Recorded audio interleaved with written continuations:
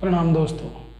आज जय हिंद, जय भारत, वंदे मातरम। आज फिर मैं आपके सामने हूँ एग्जाम्पल 1.3 एनसीईआरटी का एग्जाम्पल 1.13 यानी चैप्टर नंबर 1 है और उसका एग्जाम्पल 1.13 पेज नंबर 40।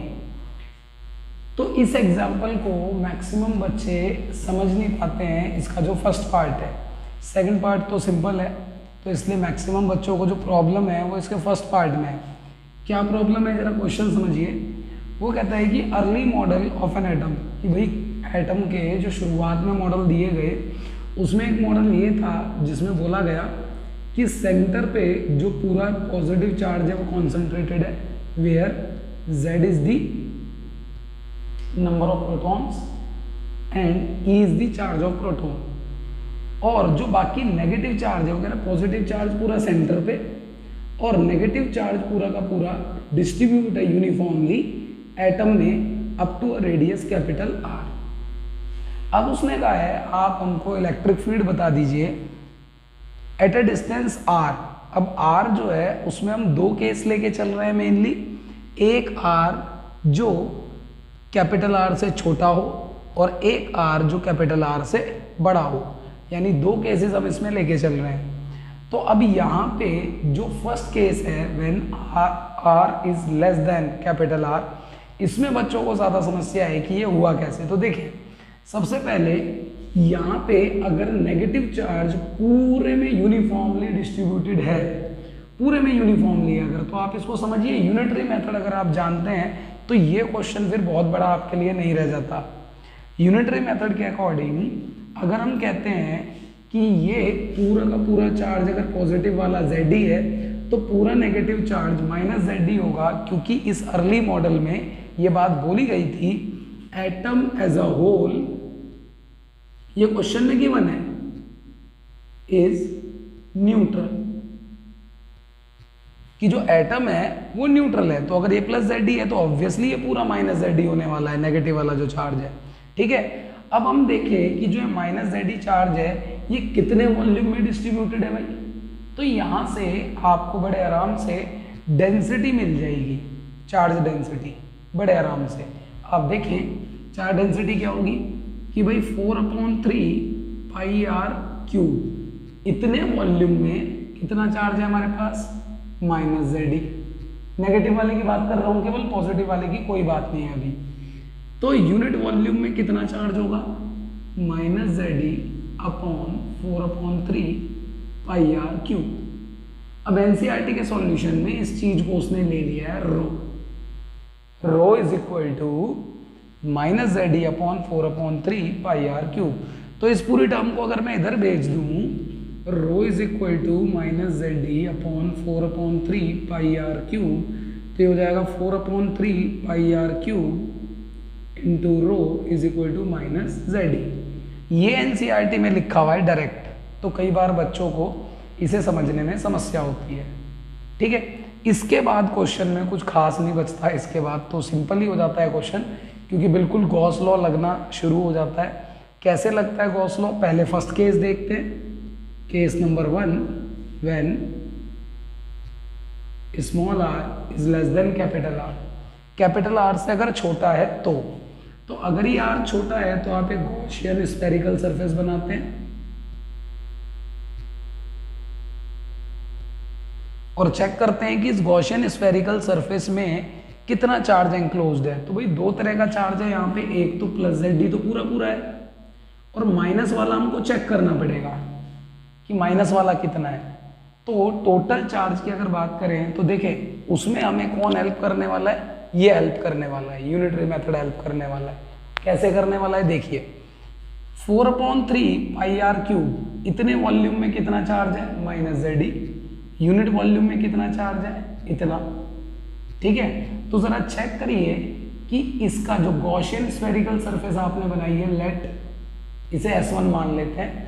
तो S1 जो आपने गॉसियन स्फेरिकल सरफेस बनाई है, इसमें टोटल नेगेटिव चार्ज जो होगा वो कितना होगा, कह रहा भाई 4/3 पाई आर क्यूब में माइनस Zd, यूनिट में इतना, तो फिर 4/3 पाई आर क्यूब में कितना भाई, इसमें मल्टीप्लाई कर दीजिए, minus z e upon 4/3 pi r cube into 4/3 pi small r cube.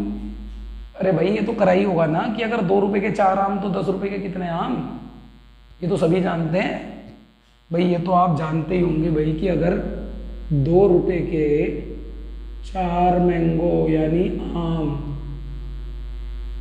अगर 2 रुपए के 4 मैंगो या आम, आम समझते हो ना, आम, ठीक है, तो भैया 1 रुपए का कितना हो जाएगा 4/2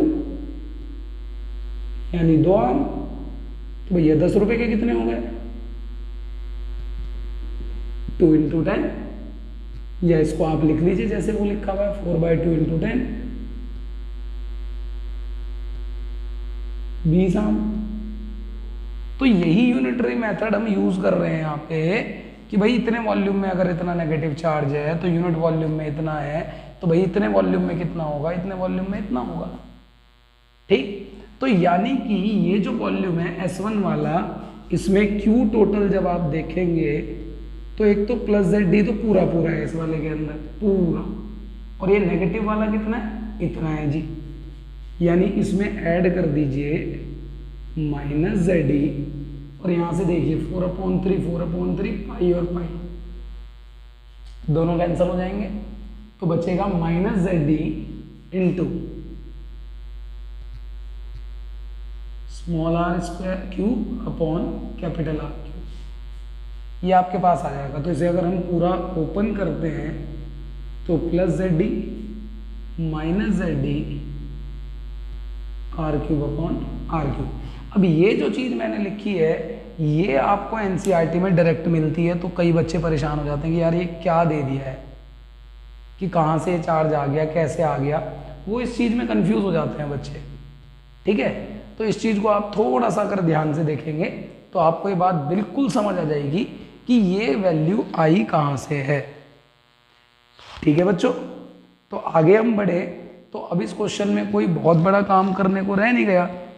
अब गॉस थ्योरम जो है हमारी, या गॉस लॉ जो है हमारा, वो सीधे सीधे हमको वैल्यू प्रोवाइड कर सकता है यहाँ पे कि भाई इलेक्ट्रिक फील्ड की वैल्यू कितनी होने वाली है यहाँ पे, ये तो हम जानते हैं, क्योंकि गॉस थ्योरम के अकॉर्डिंग अगर हमारे पास कोई सरफेस होती है स्फेरिकल, तो उसके अंदर जितना चार्ज इंक्लोज होता है उसकी वजह से उसके आसपास जो इलेक्ट्रिक फील्ड आता है उसकी वैल्यू अगर हम देखें, अगर मैं इसे ER बोलता हूँ, तो चाहे तो आप ऐसा कर सकते हैं, क्योंकि जितना भी चार्ज होता है वो सारा का सारा सेंटर पे कॉन्सेंट्रेटेड की तरह बिहेव करता है। आपको पता होना चाहिए कि कोई भी जो स्फेरिकल शेल होती है उस पर जितना भी चार्ज होता है वो सारा ऐसे बिहेव करता है जैसे सेंटर पे कॉन्सेंट्रेटेड हो, पॉइंट चार्ज की तरह होता नहीं है, बिहेव करता है केवल।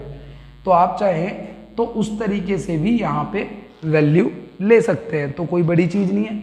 वो क्या होती है पॉइंट चार्ज की वैल्यू 1/4πε0 Q बाय, अच्छा हमारे पास कितनी है ये R, तो R स्क्वायर, ठीक है, सरफेस पे यहाँ, ठीक है। अब ये Q कौन सा है भाई, Q टोटल, तो टोटल Q कितना है आपके पास, ये वैल्यू पुट कर दीजिए, ER is equal to 1/4πε0 ZD minus ZD into R³ upon capital R³, ये Q की वैल्यू पुट हुई अपॉन में R स्क्वायर।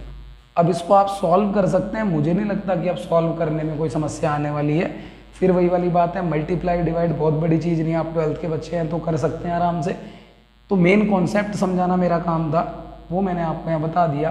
अच्छा दूसरा केस जो है हम क्या लेते हैं, दूसरा केस लेते हैं कि अगर R ग्रेटर देन हो जाए, जो केस 2 है, तो वो तो मैक्सिमम बच्चे मेरा ख्याल जानते हैं और सिंपल भी है, केस 2 में तो कोई बहुत बड़ी चीज़ नहीं है। अगर R ग्रेटर देन हो जाता है कैपिटल R से, तो ये हो जाता है हमारे पास पॉइंट आ गया मान लीजिए। फिर एक हम अपनी गॉसियन स्फेरिकल सरफेस बना लेते हैं।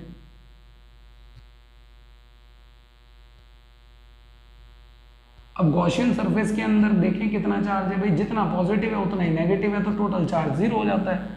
तो इस केस में जो Q टोटल होता है वो हमारा 0 हो जाता है। तो अगर ये 0 हो जाता है तो फिर तो बात ही खत्म हो जाती है। ER आप डायरेक्ट 0 लिख सकते हैं, क्यों लिख सकते, चलिए क्यों लिख सकते हैं, कैसे लिख सकते हैं, इसकी आवश्यकता मुझे नहीं लगता कि आपको बहुत ज़्यादा बताने की आवश्यकता है, क्योंकि क्यू टोटल अगर जीरो है तो ई आर आप जानते ही हैं 1/4 क्यू अपॉन आर स्क्वायर होना है, तो ये ऑटोमेटिकली जीरो आ जाएगा। तो यहाँ तो बहुत बड़ी टेंशन नहीं है। सेकंड पार्ट मैक्सिमम बच्चों को कोई प्रॉब्लम नहीं देता, फर्स्ट पार्ट का कॉन्सेप्ट उनको ज़्यादा परेशान करता है। तो मेरे ख्याल से यहाँ पे सभी बच्चों को ये क्लियर हो गया होगा कि कैसे फर्स्ट पार्ट में हमारा टोटल हम चार्ज लेते हैं और आफ्टर दैट फिर गॉस थ्योरम को कैसे हम अप्लाई करते हैं। तो यहाँ पे और कुछ ज़्यादा तो मेरे ख्याल से बताने को है नहीं, इसमें और कुछ आप जानना चाहें फिर भी अगर आपको कोई समस्या हो तो आप वीडियो में कमेंट्स में लिख सकते हैं, बता सकते हैं कि और क्या मैं एक्सप्लेन कर सकता हूँ इसमें ज़्यादा।